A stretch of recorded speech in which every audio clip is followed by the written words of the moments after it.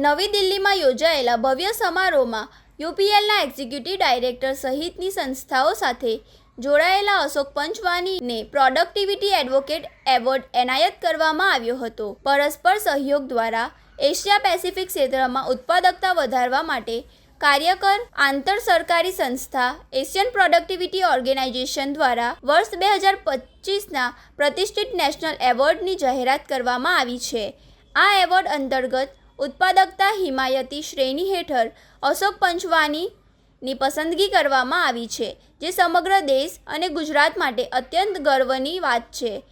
21 મે 2026ના રોજ નવી દિલ્હી ખાતે યોજાયેલા એક ભવ્ય સમારોહમાં તેમને આ સર્વોચ્ચ સન્માન કેન્દ્રીય વાણિજ્ય અને ઉદ્યોગ મંત્રી પિયુષ ગોયલના હસ્તે એનાયત કરવામાં આવ્યું હતું.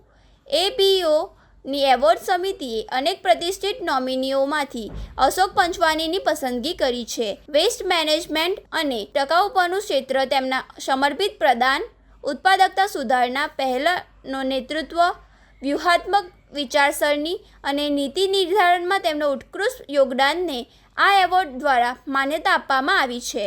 ઉલ્લેખનીય છે કે 1961માં સ્થાપેલી એપીઓ સંસ્થામાં 21 દેશો સભ્યો છે અને તેનું મુખ્ય મથક ટોક્યો, જાપાન ખાતે આવેલું છે. આ એવોર્ડ દર વર્ષે પોતાના સંગઠન અને તેનાથી આગળ ઉત્પાદકતા વધારવામાં અનુકરણીય પ્રદર્શન કરનારી વ્યક્તિગત પ્રતિભાઓને આપવામાં આવે છે.